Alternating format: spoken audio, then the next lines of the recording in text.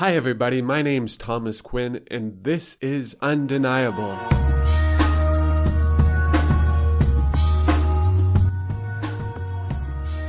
Hi everyone, how are you doing? Are you staying healthy? Are you staying sane? Here at UndeniablePod, we are taking a break from our traditional interviews during the pandemic, but I've been working on recording an audiobook for my novel, The Happy End. In the coming weeks, I will be releasing it across all platforms. But for now, I'm offering it up for free here, 5 chapters at a time. So if you haven't, please subscribe, please like, please rate.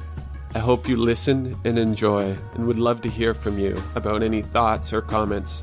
You can find me on all social platforms at UndeniablePod or email me at undeniablepod@gmail.com. So stay tuned to the first 5 chapters of my novel, The Happy End. Stay safe, stay strong, stay committed. We're in this together.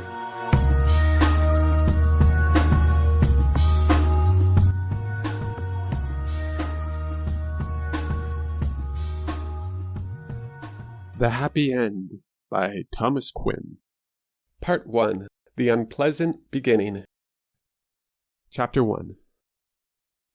Horace sat alone on the beach thinking about his day. How this day, the day of his greatest discovery, the day that his entire life was building towards, could also be the day of his greatest loss. It was his life's work, finished, only to be mocked and cast aside like a drunkard in an opera crowd. He had finally done it. His isotope was stable. This meant he could harness the very fabric of the universe as a source of infinite energy. The wars could end.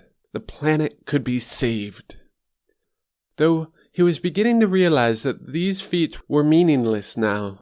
They were a part of the old reality. They belonged to the old Horace, the one who still had a job. He was numb to them. He was numb to everything except the sky above and the approaching tide. Suddenly, there was a flash, and the sky began to burn. Horace, uncertain of his eyes, looked away, thinking his mind was the one falling to pieces. But in every direction he turned, after only a few seconds, a new star streaked across the night sky. Is this the answer? His lungs collapsed. He was losing it. Worse still, he no longer knew what it was. He was left with only the cold hard facts. No longer was he Horace Newsom, the world-renowned scientist. He was nothing. He was alone, and as he feared, his mind was falling to pieces. However, in the madness that followed, there was little to describe beyond a naked corpse and a shock-stricken family. It was an unpleasant beginning to the day for the 46-year-old father of 2. No one expects to come across such a scene. A 57-year-old scientist, naked, his head buried in the sand, let alone while on vacation, and so early in the morning. The situation went from bad to worse when the father mistook the sincerity of Horace's disoriented swagger towards his teenage daughter. It took running in the morning's breeze to wake the thoughts of the previous night's epiphany, and with them, Horace began shouting from half-choked laughter. "You know who I am? I'm the new sun! I will rule this world!" The disgruntled father was much larger than Horace, but was overweight and ran with wide-bowed legs, struggling with each step through the loose sand. He soon began to wonder if even when caught he wanted to wrestle with the naked man, who appeared delusional at best. For Horace, the morning that followed was less than divine. The pounding in his skull left him hidden under the covers of his Hotel King, wasting the day in the darkness of this small protective womb. For 57 years his entire existence had been geared towards one moment, one achievement, only to have it in hand, and for them to snatch it away again, discarding his life's worth like a fish not fit to eat. 57 years. The phone rang, and Horace's hand silenced it. It was an old friend, the oldest, a former colleague of his, wondering what the hell had gotten into him, telling him that he's a fucking fool, and anything else he could think of to ensure that he gained Horace's full attention before he asked, "What's next?" Horace pondered this. "Didn't you say you know the people working on the rad 4200 telescope in Chile?" he asked from his cocoon of blankets, hidden from the sun. "Yes, of course. My old lab partner from sophomore year, Dr. Rhodes. They're expected to be up and running by the end of the month. Why do you ask? And what drove you to Costa Rica?" Ahmed's voice held true to his gentlemanly manner. Horace noted this.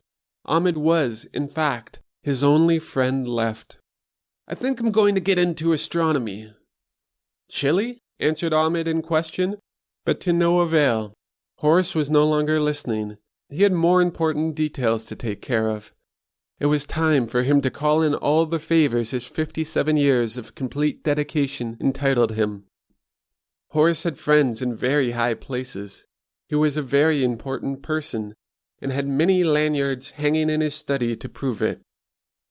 He was a part of the elite, or so they thought, and perhaps rightfully so. They had truly rewritten the way the world looked at science. It was because of Horace Newsom that every major corporation had at least one of his predecessors on staff. But for what Horace was planning, he didn't just need one person. It wasn't a sponsorship or a book deal that he was seeking. His aspiration was in the stars.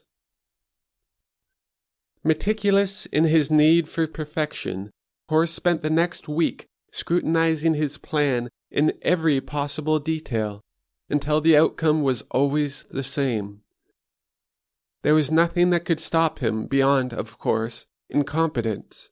And though there seemed to Horace no humbler a thought, he would soon think back on this revelation and wonder how anyone could ever be so incredibly and maliciously naive.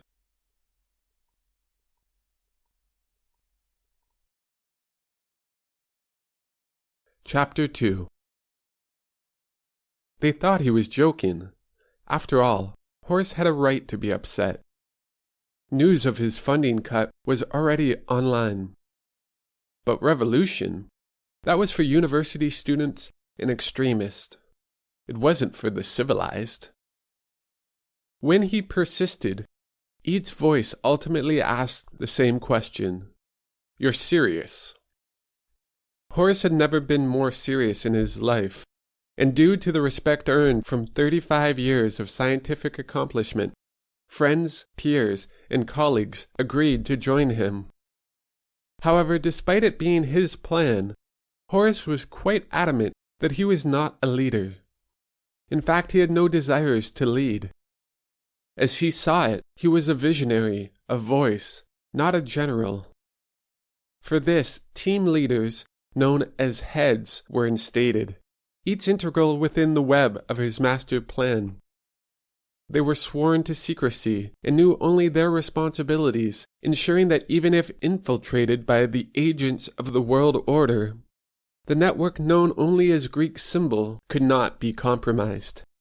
Horace alone knew the sum of all the parts.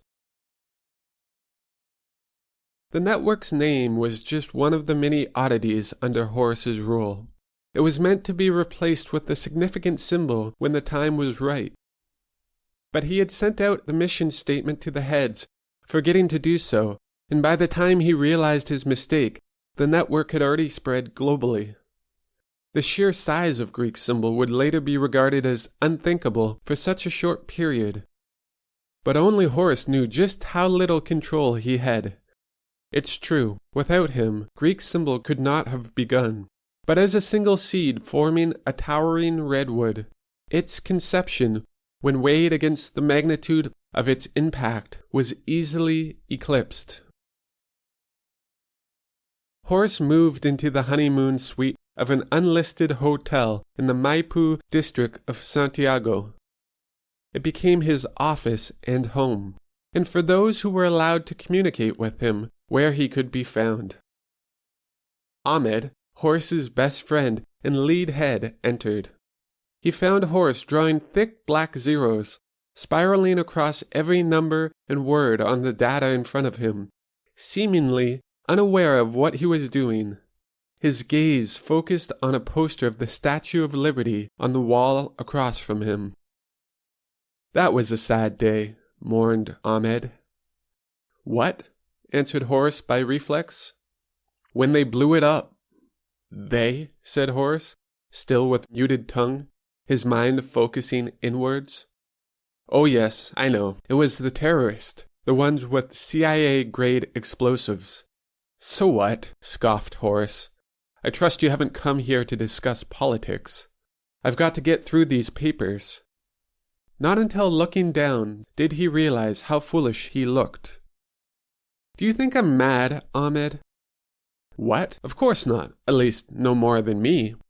Ahmed was staring at his friend, but Horace wouldn't return his gaze. His eyes were on the poster in front of him. "What are we doing? This is treason. We could get shot for this." "Horace, my friend," began Ahmed in his trusted, objective tone, "in this world, you can be shot while driving down the street if you're unfortunate enough to stop at the wrong red light." It wasn't exactly the comforting words Horace was hoping for, though it did maintain Ahmed's perfect logic. Horace caught his eye and took in Ahmed's stare with blind adoration and love. "Right-o, old friend," cheered Horace, breaking into verse of an old folk song from the 20th century. "Let me die in my footsteps before they take me down under the ground." The next morning, 50 different camera crews, shouting in 10 different languages, fought tooth and nail inside the observatory's main chamber. The media was in full force, and rightfully so. The people needed to be informed. And since the media was deemed free by the media, the people accepted it to be their voice. The media was also deemed unbiased by the media, so the people accepted this as well. Horace didn't attend the RAD 4200 press conference, fearing a confrontation with his former employers. In fact, Horace was still in bed when the mad frenzy was taking place, ecstatic with the return of the blood flow to his penis. When the big moment finally came, it was the elderly Chilean president who got to push the red execute button to the delight of the clock in attendance. And with that, the day's events were over. The media informed the people that 6 weeks were needed before the data could begin to accumulate, and then another 3 until the images produced. But for the hundreds in attendance, it was a time of great celebration. Balloons fell from the sky, music roared over the sound of applause, and most impressively, a global ceasefire was declared for the day. The RAD 4200 telescope was the world order's newest and most ambitious project to date. Due to the public backlash to recent policy failures, the marketing branch of the world order, thanks to 3 years of research and thousands of focus groups, found that what civilians sought most from their government was a new world to live on, preferably without them. And with this in mind, the RAD 4200 was deemed the first step of discovering such a planet, or so the media declared. The science was fairly murky in the eyes of the masses. Science had been scrapped from all world order schools in the first budget some 18 years prior. It was replaced by a faith and feeling-based education curriculum, which they found was more important for a compassionate and loving society. And thus, there were only a few talking points discussed by the media, wanting to spare the masses any embarrassment from specific hard facts they could not possibly understand. And so the world waited in anticipation. But Horace was not with them. He was alone in his kitchen, struggling to make his coffee, even after 15 years of bachelorhood. Only Horace knew the whole truth. The only service the Chilean president provided by pushing the red execute button was to start a rusted fan that rattled loud enough to mock the powering up of a proton accelerator. He had made sure of it, and once followed by the cue for the band, no one in attendance had the chance to realize differently. Horace didn't give a damn about the RAD 4200 telescope. His entire life's focus had been centered on a prototype known simply as X. His quest was to create an isotope capable of harnessing the energy of what makes up the universe, breaking through to the 4th dimension. Only his closest friends were allowed insight into his work. To the rest of the world, Horace Newsom was known for only one thing: being the most heavily funded scientist in history.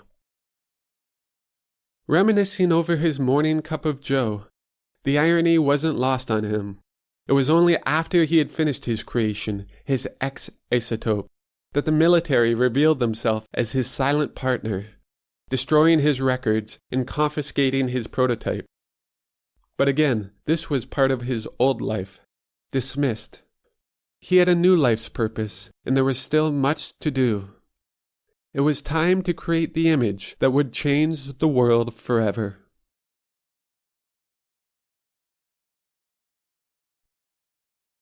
Part 1. The Unpleasant Beginning. Chapter 3. Days passed. Horace rarely left his room at the hotel. He looked at the world from one of the 5 computer screens on the desk in front of him, but had no real concern. The same mindless dance had been twirling through space since the beginning of time. For the most part, the screens were usually blank. His stare was usually inwards, fixated on the waves coming into shore, analyzing the state of his consciousness, realizing he could submerge himself in a type of numbing comfort he hypothesized opiate users enjoyed. He existed, but by no means was it a physical existence. He remained connected to something much greater than body or ego, becoming each wave breaking, his entire being rolling around in the surf of his tremulous memories. 57 years. He had already outlived the average lifespan of 85% of the world. Ahmed, the only person allowed in his room, entered, waiting to be acknowledged.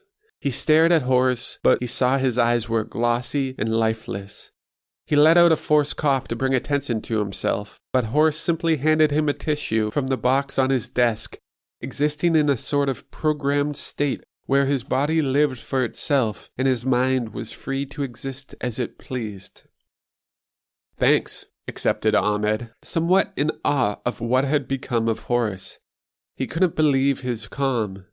It was Horace who was responsible, but it was Ahmed who shared the fears of all the other heads of Greek symbol. The weight of what they had set into motion was hanging above them like the swaying sword of Damocles, but Horace did not appear to feel anything. "Horace, can we talk? Are you busy?" "Yes." His voice boomed, maintaining his preaching tone, filling the silence that lingered afterwards as he returned to his dormant physical state of consciousness. "It's the other heads. They've come to me to ask that I speak to you. You see, there's only 3 more days until the results are needed. We don't have anything completed. There's panic in the hearts of these people. They have risked all they have without question, and now, well, they question." Ahmed was grateful to hear that Horace was indeed listening. In his state, it was impossible to get any physical recognition from him. "Yes, some of the others are having doubts. And what about you, my friend?" "Me? What about me?" "Do you have doubts in the movement?" "No, of course not." "You never were a good liar, Ahmed. It doesn't suit you very well." Horace stood from his chair and went to his night table where a pitcher of water waited. He poured 2 glasses, handed one to his old friend, and motioned for him to follow him outside. They walked along the beach while the sun sank towards the bosom of the Pacific, listening to the waves and the cries of children running in and out of the surf. They came to a lifeguard's chair that sat 30 feet off the sand.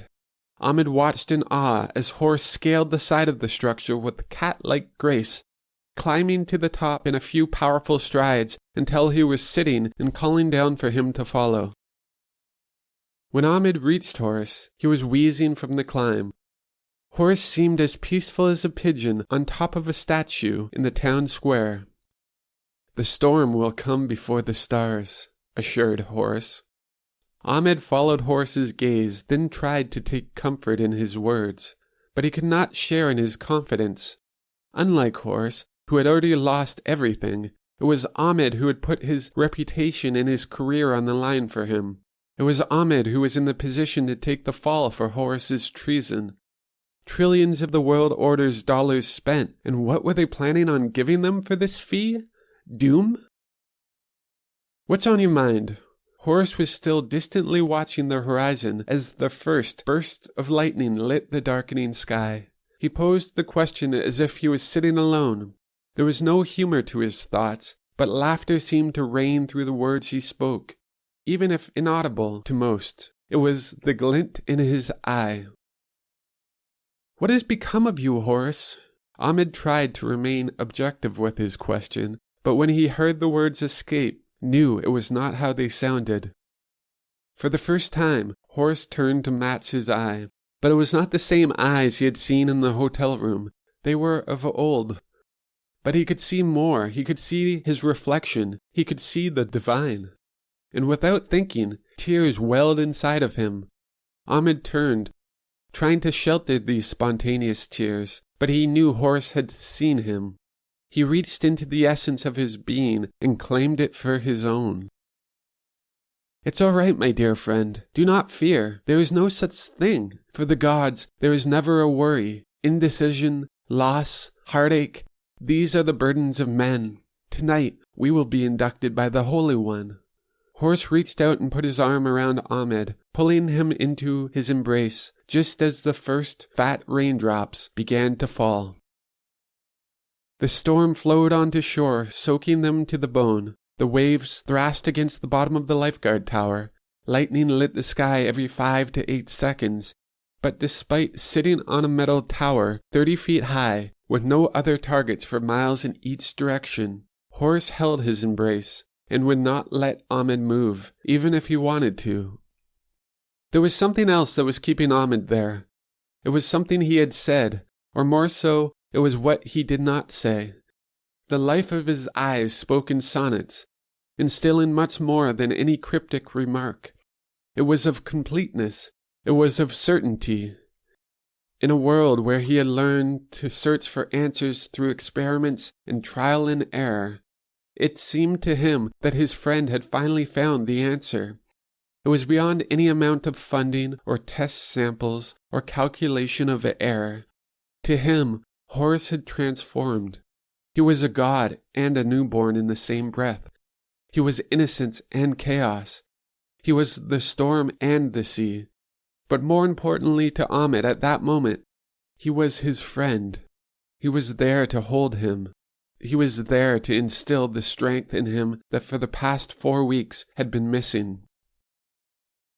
Horace was aware of the effect his new way of thinking was having on his friend, but did not need to explain himself.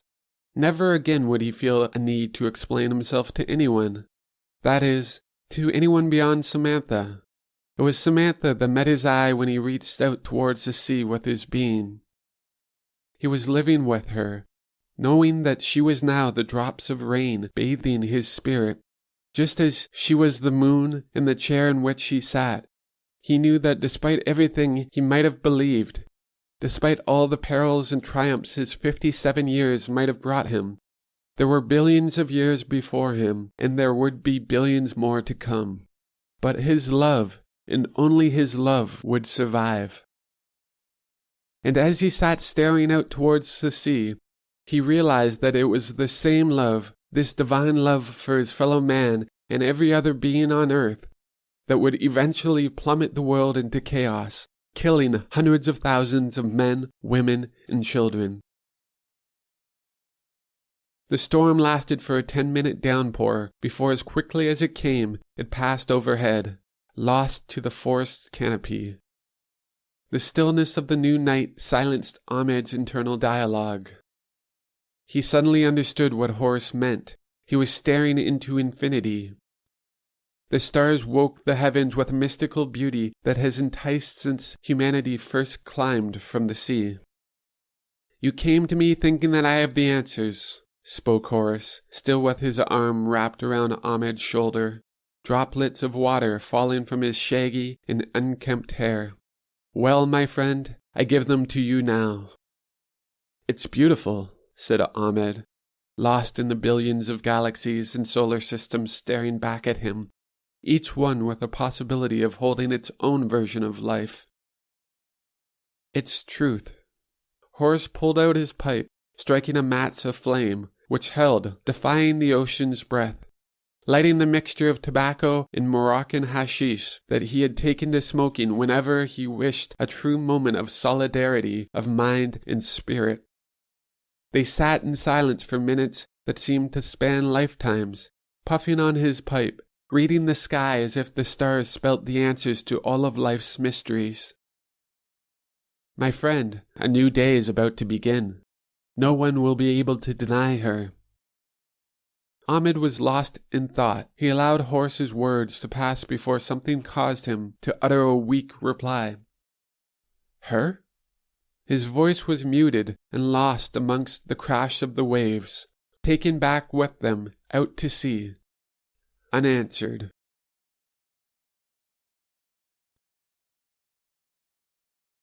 Chapter 4. The 50 dignitaries of the world order and their respective entourages of assistants and sycophants filled the meeting room at the observatory. They were anxious to know why this special meeting was called, unsure what was of such grave importance that they were to be completely confidential about their whereabouts and warrant denying access to the media. The longer they were forced to wait, the greater their impatience. Tempers began to boil. The global peace treaty had just in the week prior come to an end. Mercenary groups were busy procuring work from anyone who would pay, sometimes supplying ground troops for both sides of a conflict. Violence had broken out in 4 major fronts across Central Africa and Southeast Asia. The attacks focused on natural gas pipelines and water refineries across the regions. The North Americans were blaming stateless terrorists, while Russians and Chinese officials believed North American involvement. Under the constitution of the world order, maintaining a state military was illegal. For this, mercenary forces made up of men and women unlucky enough to be born in regions outside of the world order were hired when a problem required a solution more forceful than diplomacy allowed. The political gains had been priceless. The money spent to maintain a military could buy 500 times the mercenaries. But more importantly, it meant none of the children of the world order would ever have to die in war again. In fact, there were so many people looking for work as mercenaries, states were able to slash military spending, diverting funds back into healthcare and education. The marketing branch of the world order had declared it as one of the greatest steps towards global peace in the 21st century. The media failed to mention the millions of lives that were lost by this regression in military strategy. Governments chose grunts over technology, and warfare returned to the battlefield days of yore. No longer was there a need for billion-dollar spy planes or multi-million-dollar rockets. Mercenaries were given $30 machine guns or $3 machetes, and then set against each other on a battlefield thousands of miles away, like pieces on a chessboard. Horace could still remember how happy Samantha was when she first heard the announcement. Like most people, she believed words to have a meaning. Horace knew better. He was a chess master. When Ahmed entered the meeting room, tensions were hovering at a breaking point. The room went completely silent. Sigmund Hoffman, Ahmed's assistant and one of Horace's heads, passed out the material to each of the 50 groups. Ahmed introduced himself as the head of the RAD 4200 research team, ignoring the indignation from the leaders of the world order. He then began into the 3,058 pages of data from the dispersion of the X2s, as described in the glossary on page 1. It took only 5 minutes of going through the numbers before the first voice rang out, interrupting Ahmed's monotone recital. Out of the entire document, the conclusion was less than 6 pages. and upon seeing the words "imminent doom" written in bold red letters, the Chinese representative, after being shown by his assistant assigned to read the document, stood in rage. With that, everyone stood at once, each leader shouting for the meaning of such ridiculous tripe. "Who do you think you're fucking with?" The North American representative had left her spot at the center table and was now standing in Ahmed's face. "Well, what do you have to say for yourself, you spineless egghead?" The other dignitaries followed the North American representative's example and encircled Ahmed with similar threats. Ahmed's defense was less than heroic. He fell to his knees in the corner, weeping like a lost little boy, uttering with every breath that he had done nothing but what they had asked of him, repeating over and over, "It's the data, not me." The Chinese representative and entourage tried to make for the door, but they were instructed by 2 armed mercenaries acting as security that no one was allowed to leave. "Under whose orders?" barked the Chinese representative at the guard, but then turned to the North American representative, who was still yelling at Ahmed's weeping corpse in the corner. They then turned to the representatives from the EU, but found them arguing with the Russians. The Australians were arguing with the islands reps, and on it went. Finally, the assistant to the North American rep called for order, pulling her leader away from Ahmed and calling out for silence by invoking the World Order's decree. "Unity for peace. Please, everyone, unity for peace." When the room finally came to order, Ahmed had to take a moment to himself, collecting his composure, before he informed the Chinese representative that he had been instructed not to allow anyone to leave the meeting before they could deal with how to handle the public fallout to the results. "What does it mean when it says 28,488 hours?" posed one of the Iranian assistants, still meticulously scanning the data. Ahmed was happy for a question that he could answer. 3 years, 3 months, and 6 days. Well, 2 days now. The data was first received 4 days ago. 3 years, cried the Russians. Well, yes, 3 years, 3 months, 2 days, 14 hours, and Ahmed checked his watch. 34 minutes to be exact. Then what? What happens? What is the threat here? The North American representative was on her feet again. How can we be sure that this thing will happen in 3 years? It is a matter of fact, miss. A rogue planet. Rogue planet? Muttered the room of representatives. Yes, you must understand, the universe is made up of billions of stars, and orbiting around many of them are solar systems. But not all solar systems are in harmony like ours.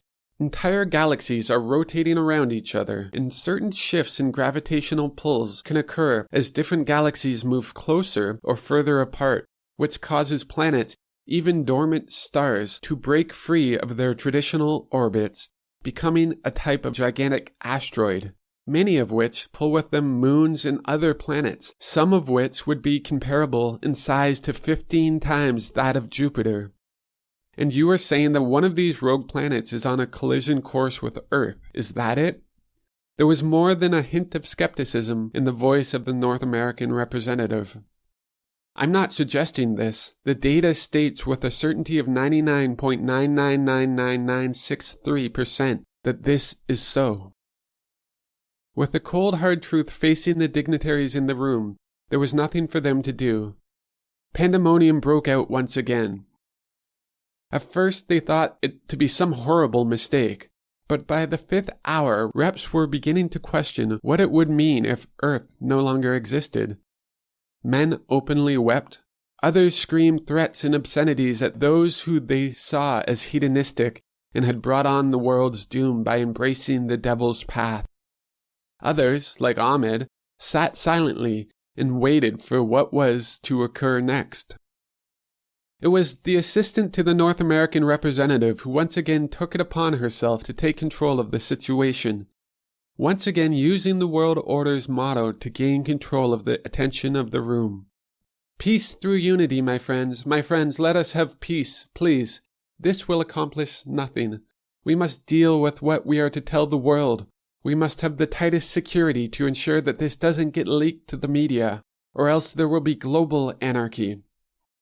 Her words were hollow in the ears of the other representatives, but when the North American representative herself stood to agree and reiterate the point that the masses could not handle such news, they agreed that no one would speak outside of the world order until a placation plan was instated, sheltering at all cost the rest of the world from phrases like imminent doom.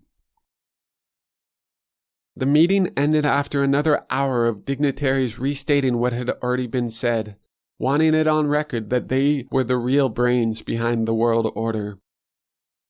The North American representative had the last word, warning the other reps in the room. "Let's be clear. Any person or state found to leak these results will be considered enemies to the world order and will be dealt with accordingly." So it was agreed. They would keep the world in the dark. But as is so often the case, it was the leaders left in the dark. While the North American representative stood in front of the crowd of dignitaries, Horace was posting the data in several of the underground net links of the media. He had also added a video loop showing over and over how the leaders of the world order turned on Ahmed in their moment of panic. He did all of this from his chair at the hotel, purposefully staying far away from the observatory where he knew the true panic was just beginning. As the meeting adjourned, he watched via the different monitors on his desk as security escorted each of the 50 groups through checkpoints.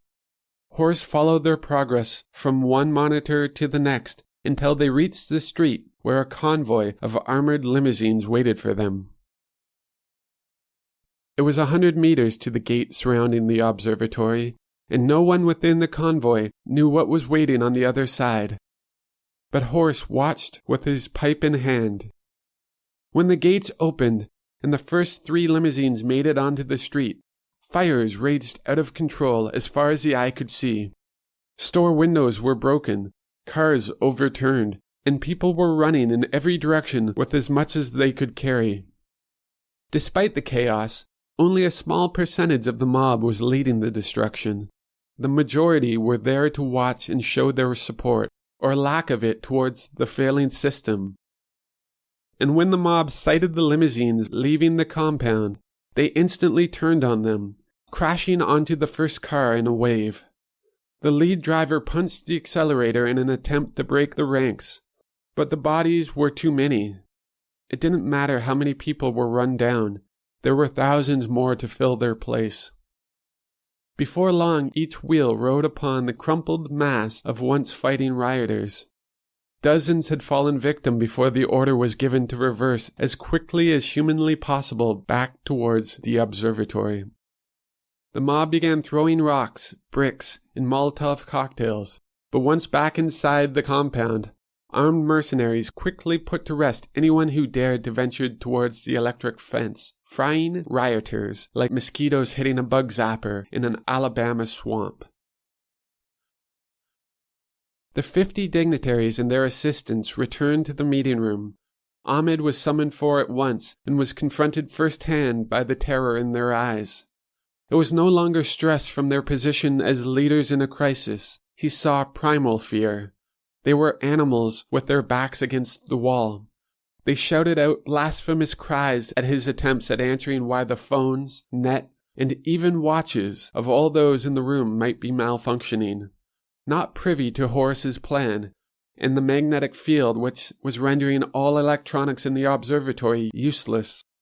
Rather, he allowed his mind to drift back to a place of its own, remembering the previous night with Horace when the storm hit, only to subside and move on. He remembered the clarity of that moment, and the understanding of how truly insignificant the trials of one man's life can be when weighed against the magnitude of time. And with a new resolve, began taking in the faces of the 50 representative circles shouting and whining, realizing that they were all mere children, left alone, crying for their mothers. They were lost in the grips of what they had always known, but had yet to fully come to understand. The end.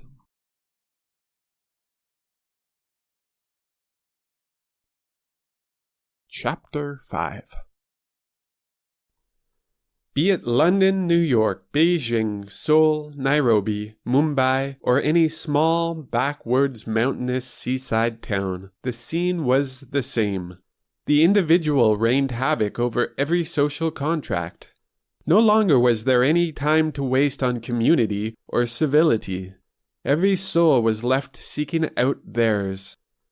Black smoke billowed, gunfire rampant. People were running lost and hysterical like ants escaping the hill after a child's boot kicked through the sand. All essentials to life severed. The frightened masses, who had restrained from taking part in the mob, were left seeking leadership, but there was no one to guide them. Horace sat in his hotel room watching the world collapse through the screens on his desk. The approaching mob posed as much threat to his safety as an alligator swimming up through the toilet bowl. In fact, the thought of missing the clash between the mercenaries and the approaching mob was too much for Horace to pass on. He was tired of staring through monitors, and despite the concerns of the other heads and the leader of his security force, he ventured from his room to watch as the mob broke through the lobby doors. Unfortunately for the rioters, once they made it to the front line, their fury and all their hatred and bloodlust collapsed, struck down by a sleeper, the latest breed of crowd control, tranquilizers that worked before the brain could register the prick. Horace watched these primal beings running towards the line of mercenaries, screaming with clubs, blades, or simply barehanded, seeing them as they had once been. They were the millwrights, the plumbers, and the accountants. They were every lost soul who had spent their lives working a job for a paycheck and the illusion of contributing to something bigger. There was a total loss of humanity. It was quite simple to understand. If the roles reversed, it would have been Horace there with club in hand. He stood in awe as they toppled over each other, tumbling into a mass of tangled sleeping bodies, their faces transforming from complete rage and insanity to innocence. He couldn't look away. However, after the thrill of the initial siege passed, the mercenaries became lax. They turned the chaos of the spectacle into a type of game.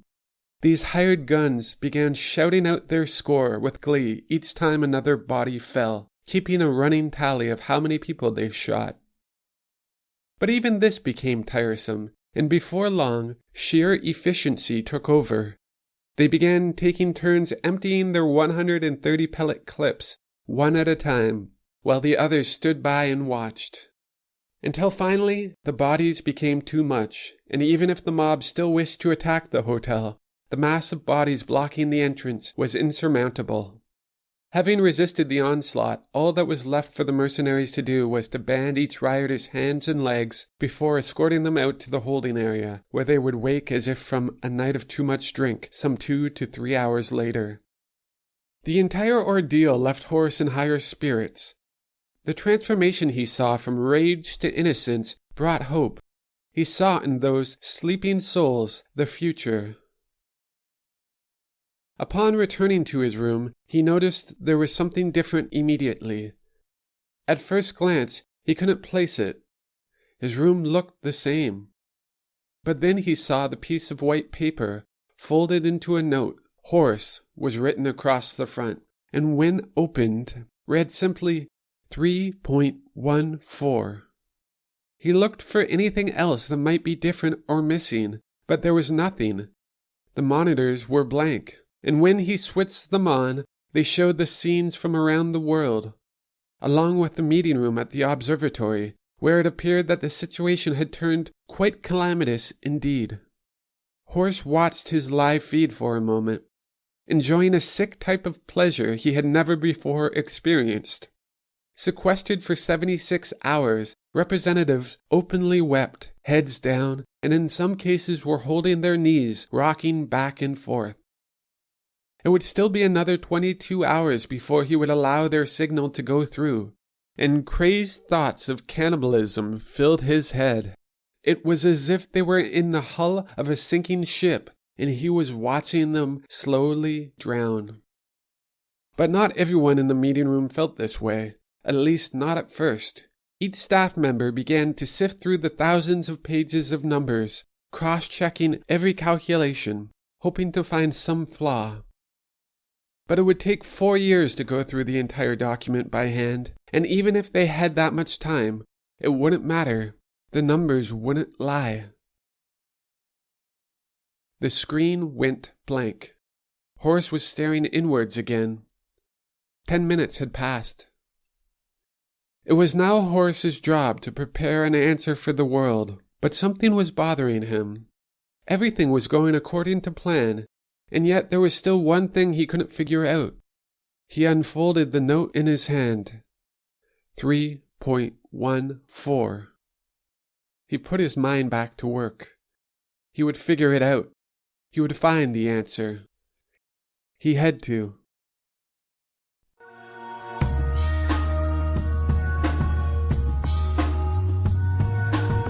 So there it is, guys. Thanks again for listening. Please subscribe on whatever platform you're listening to this. It really helps me keep going, seeing the numbers gradually climb. Any like, any share, any review really helps us out in the algorithm. And as we all know, the algorithms rule our life. So let's take the power back, give us a little bump. And if you're looking to get in contact with me, you can reach me at UndeniablePod@gmail.com. If you're looking to get on, if you have some suggestions, or if any personal insight on the struggle that you guys face as artists, I'd love to hear from you. I might even pick a couple to read on the next pod. So thanks again. I'll talk to you again next week. Undeniable is a creation from Tomcast Industries. Theme music was created by Tony Malik.